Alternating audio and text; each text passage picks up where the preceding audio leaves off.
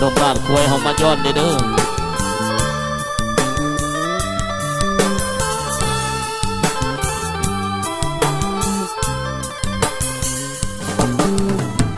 แต่ก่อนน้องนางเจ้าไปอยู่ใสบัดอายมีคู่ดวงใจเป็นจังใดมั่งนาพบน้องครั้งนี้เต็มที่แทนอการดาตัวอายมีภรรยาแต่ว่าน้องยังเป็นสาวก้าวคำอยากบอกออกจากปากว่าหักอีหลีแต่หีดของประเพณีของลาวมีเมียหนึ่งคนบนความลำบากยุ่งยากหัวใจสับสนอยากเอาเมียเพิ่มอีกหนึ่งคนแต่จนใจน้องมาทีหลัง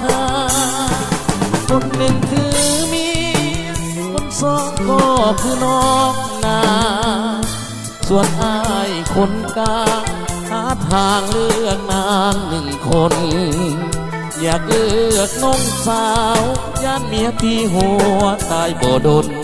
ยุ่งยากกับนางสองคนจนใจปล่อยนางเลือกเมียเอาจังสิละอายว่าหากแบบน้องสาวย่านเป็นเรื่องเป็นลาวน้องสาวอย่าได้พูดเพื่อเตือนใจตัวเองเก่งใจน้ำเมียอยู่เฮือนสองเขานั้นเปลี่ยนเสมอหักเขาฟ้าแต่ว่า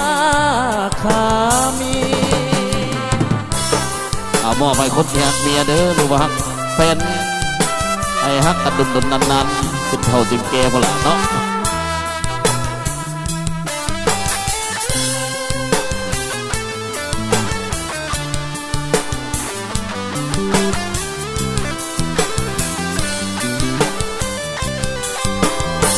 คนหนึ่งคือเมียคนสองก็คือน้องนาส่วนอายคนกลางหาทางเลือกนางหนึ่งคนอยากเลือกน้องสาวย่านเมียตีหัวตายบ่ดนยุ่งยากกับนางสองคนจนใจปล่อยนางเลือกเมียเอาจังสิละอายว่าหากแบบน้องสาวย่านเป็นเรื่องเป็นลาวน้องสาวอย่าได้โกรธเคืองเตือนใจตัวเองเก่งใจน้ำเมียอยู่เฮือนสองเขานั้นเปรียบเสมือนหักเท่าฟ้าแต่ว่าขามี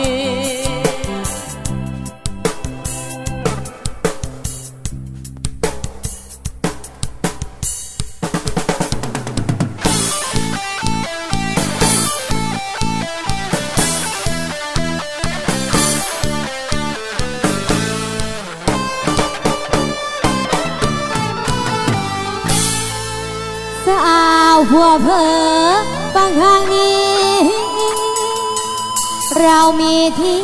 ให้ผ่อนคลายคือสมรมดังกระจาย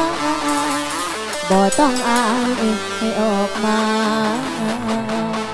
ความสุขมีถ้าต้องการบ่ต้องยังผัวสิดาอย่าสมัวเกรงใจยาสาวมาดมาให้เฝ้ามน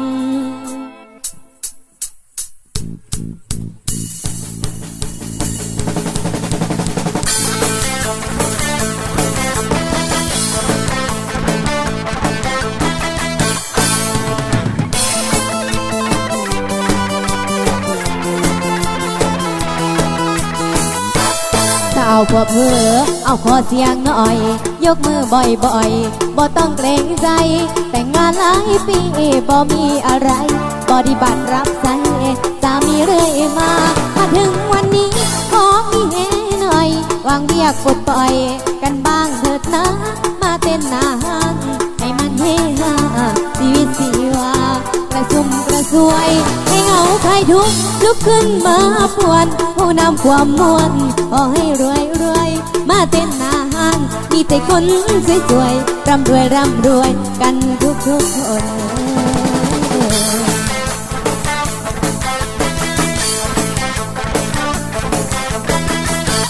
สาวบัวเพอขอเสียงน้อยเร็ว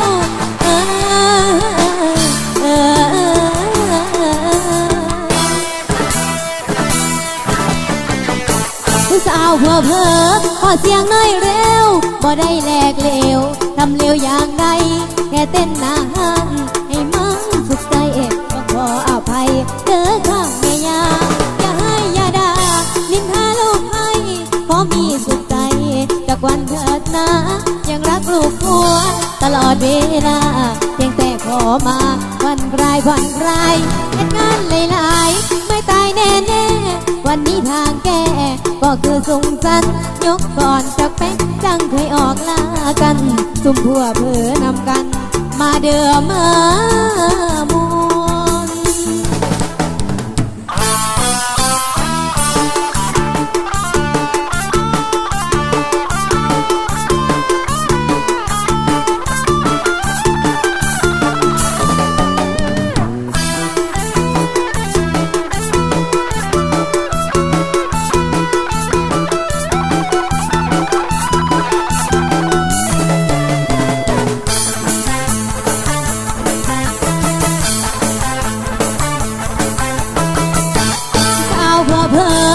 เสียงน้อยเร็ว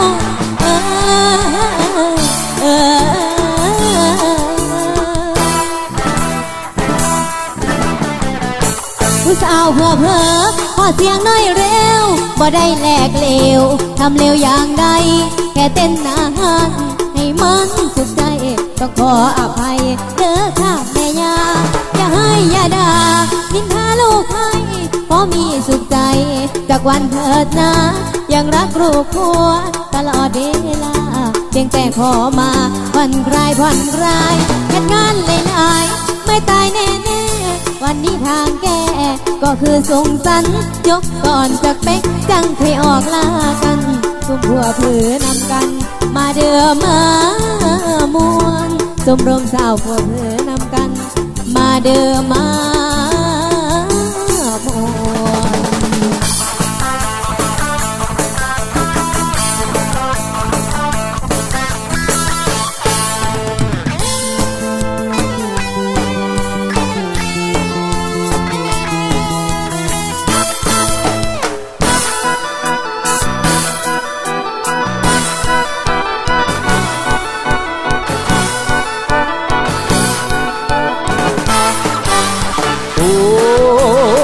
แสงตาเวลาฟ้าสูลีนาคอยคำโอ้ยกาวดีงานทำมาสาชีป่าดงห้วยน้ำลำซีตามท้องทุ่งนาบ้านเฮาเพิ่มความสง่าพิยามแลงได้เลยจะสาดแปงแสนหักแพงบ้านเกิดมือนอนโอ้ถึงเวลาพักเลิกการคอยจูบก่อนสมควรแล้วสิ่งทอละคงดังแววกระจายบันเธอทุกแนวสิ่งแสนอ่อนสอนเพื่อพูนสวนหัวทุกบอนสะอ่อนดีบึกแล้วเส้นสุดใจเพิ่งลาวไปสกาลาสีพอดยามลาตรีมีชีวิตชีวาพูดสุดเบิกบานได้สมรายการของศิลปะวรรณคดีสุขอยู่พลานาทีด้วยเสียงดนตรีของบ้านเรา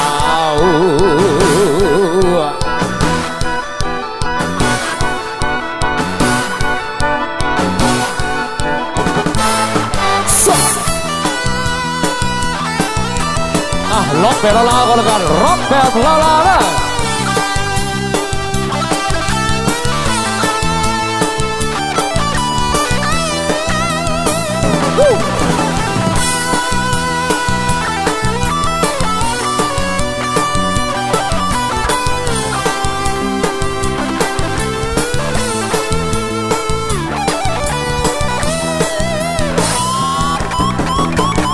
อนยามราตรีมีชีวิตชีวาหุ่นสุดเบิกบา